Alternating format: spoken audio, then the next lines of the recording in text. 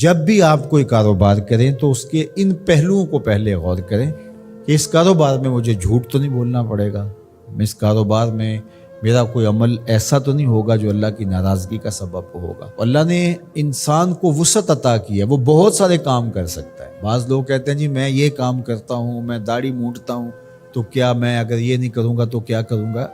اللہ نے تیری ساخت تو اس طرح نہیں بنائی ہے کہ اس کے علاوہ تو کوئی اور کام ہی نہیں کر سکتا۔ اللہ تعالیٰ نے تجھے بہت سارے کاموں کی صلاحیت عطا کر رکھی، اس لیے کوئی بھی کام شروع کرنے سے قبل اس کے سارے پہلوؤں پر جائزہ لے لینا چاہیے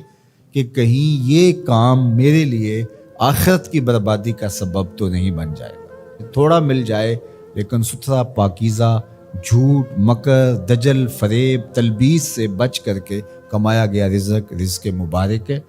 اور رزق مبارک ہی بڑی دولت ہے۔ رزق وسیع اللہ عطا کر دے لیکن اس کے ساتھ برکت کی شرط ہو،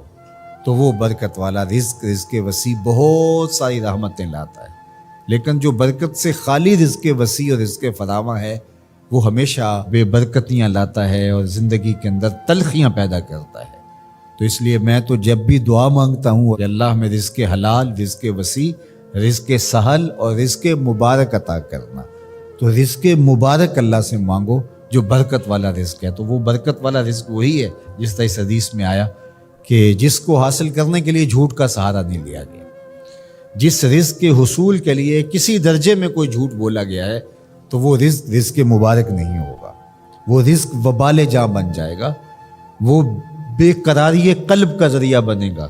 اضطراب باطن کا سبب بنے گا، بے چینی کا سبب ہوگا، عجیب اندر ایک جو ہے وہ اضطرار اور اضطراب ہوگا۔ سوکھی روٹی بھی کھا لی لیکن حلال رزق کی سچائی کے ساتھ حاصل کی گئی روٹی وہ آپ کو تسکین فراہم کرے گی، وہ آپ کو قرار باطن عطا کرے گی۔ پھٹے پرانے کپڑے ہیں، شکستہ کپڑے ہیں، کوئی بات نہیں ہے، سچائی کے ساتھ، سچ کے ساتھ حاصل کیے گئے ہیں، لیکن عالی نصب پوشاک بھی پہن لی اور اس کی قیمت کا کوئی لباس پوری تقریب میں کسی کے پاس نہیں تھا، لیکن وہ جھوٹ سے، مکر سے حاصل کیا گیا تھا، تو اس کے تارو پود صاحب لباس پر لعنتیں کر رہے ہوں گے اور وہ قیامت کے دن مواخذے کا ذریعہ ہوگا۔ عمومی طور پہ مزاح میں لوگ جھوٹ بولتے ہیں، لیکن آقا کریم کے ترمذی نے بھی باب و مزاح النبی بیان کیا، باقی محدثین نے بھی، آپ پڑھیے، مزاح میں بھی حضور نے سچ بولا ہے۔ کبھی ایسا نہیں ہوا کہ حالت مزاح میں بھی ایسی بات کہی ہو کہ جو سچائی پر مشتمل نہ ہو۔ تو مجھے اور آپ کو اس کا بہت التزام کرنا چاہیے، اس کا بہت زیادہ اہتمام کرنا چاہیے کہ ہماری زندگی میں کسی بھی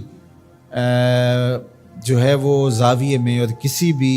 صورت میں اور کسی بھی شکل میں جھوٹ موجود نہ ہو۔ اللہ تعالیٰ جل شانہ ہمیں